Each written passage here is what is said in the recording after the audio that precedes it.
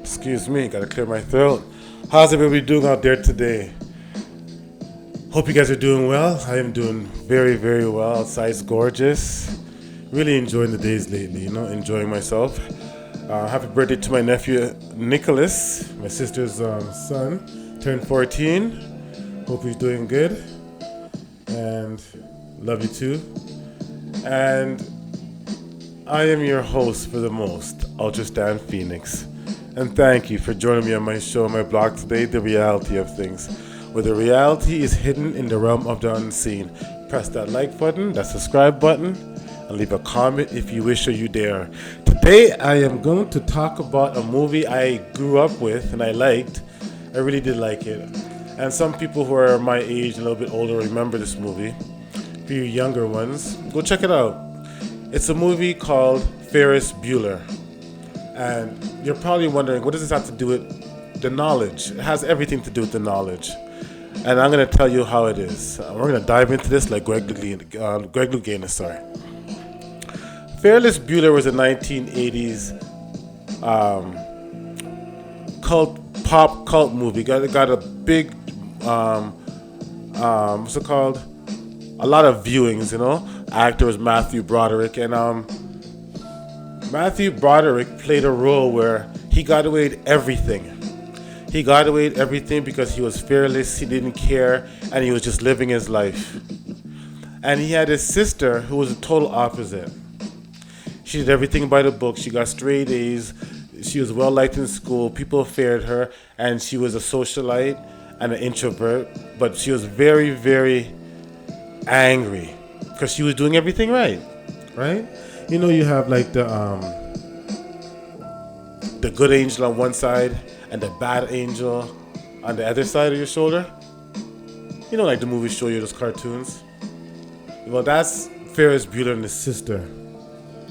You see, no matter what the sister did, she never felt wanted. No matter what the sister did, she never felt appreciated for all the hard work she did. Right? But Ferris, on the other hand, he got away with everything.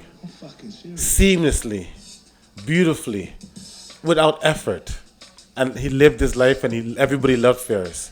Why am I saying Ferris Bueller in my broadcast today? It's because 95% of you people are Ferris Bueller's sister.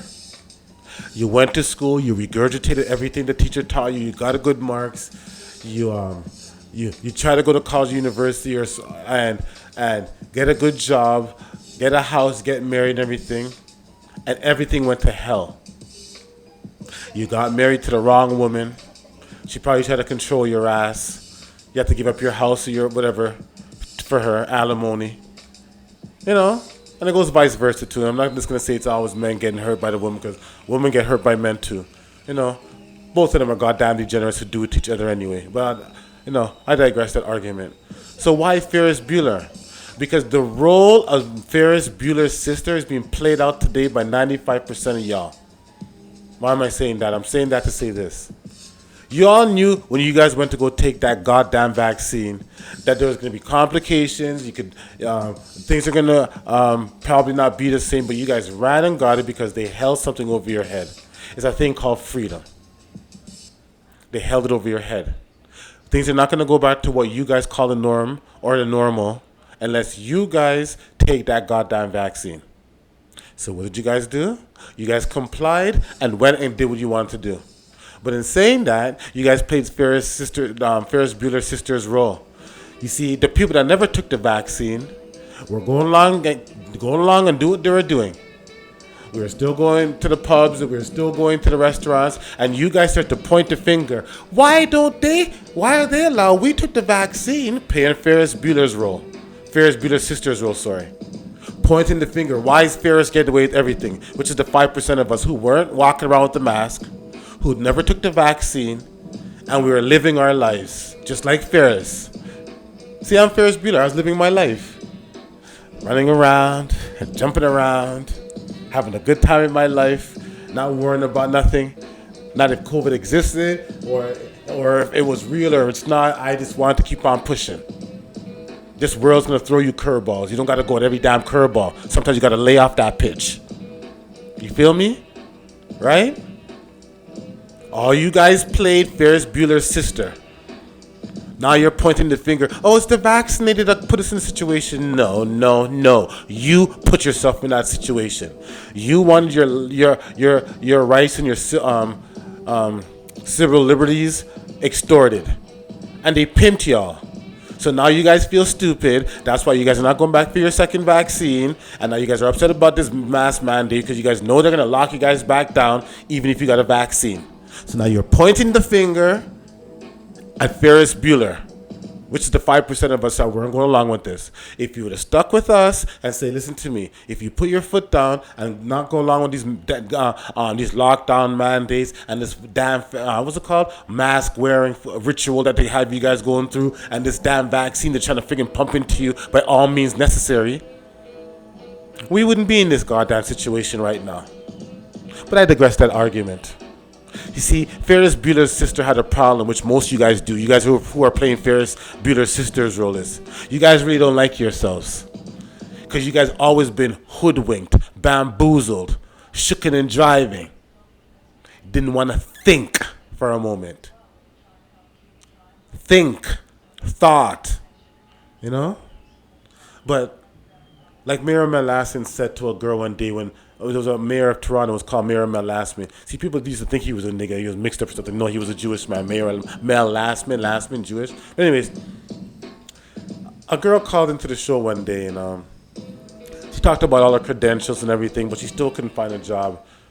And our Ferris mayor at that time, Mr. Lasmin, because he was a very colorful guy, said, young lady, it seems like you have a lot of book sense, but not a lot of common sense.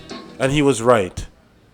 See, all you Fearless Bueller sisters have a lot of probably book sense. I don't even give you guys that. And I say to you, you guys have a little book sense. But common sense is not common. That's just a little bit, a little knock on the door to tell you guys that common sense is not common. So now you guys all got caught up with the vaccine, and you guys, I don't want to hear. You're really gonna have to stop it with the. I did it because of my job. I did it because of my child, and he has to go to a baseball game or a soccer game or a hockey game, and they won't let us in. I did it because I want to be able to travel. The excuses are endless. Why don't you just say that you're scared to stand up to the system because you are afraid to be a part of a rebellion? And the funny thing is, you didn't even got to pick up a weapon. You just got to think. You don't even got to pick up a weapon. Think and just don't do it. Where did I go the other day? I was picking up something and I walked into the mall. That's it. I went to go to the mall. And I went to the mall and I walked in to buy some cologne. By the way, buy a Millennium, people. It's a beautiful, nice cologne. I bought a nice Millennium and a Johnny Versace. It was a Versace or Gucci cologne. One of those name brands, but Millennium's really good for a brand that's not well known.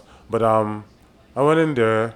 The mall's a little packed. I walked by the security guard. He didn't say nothing to me. People are just staring at me like, holy smokes, this brother's not wearing a mask. The store owner was going to say something, but then just realized the security guard didn't say nothing. I was just like standing there. I just kept on pushing. I go, yo, you going to help me, sir? Get a cologne? I want some colognes. He's like, oh, no problem, brother. And we started to do our thing, and we had a nice cordial talk, and we were talking about Kevin Samuels and the blog I brought up last week, which is doing very well. Thank you guys for watching, and for you guys who were watching Kevin Samuels last week. And we're going through the colognes and everything, and he asked me, oh, no vaccine? I go, what? I go, no, man, no. And he goes, no mask, no nothing, eh? I go, no, brother, no. He goes, oh, you brave man. And I'm thinking to myself, wow, in this day and time, I'm a brave person. Men went to war. World War I, World War II, the Korean War, the Vietnam War, Desert Storm, the Civil War, War of 1812. I could go on for the endless wars that took place on this planet, and I'm brave because I wanted to walk into the store and buy cologne without a mask? Do you see how low the standard of bravery has dropped? I'm brave for walking into a mall without a mask. That's to show you how weak the men have gotten on this planet. Like I said, they're not men. They're males. They're boys. That's why I stand out. That's why I'm Ultrastand Pheonix.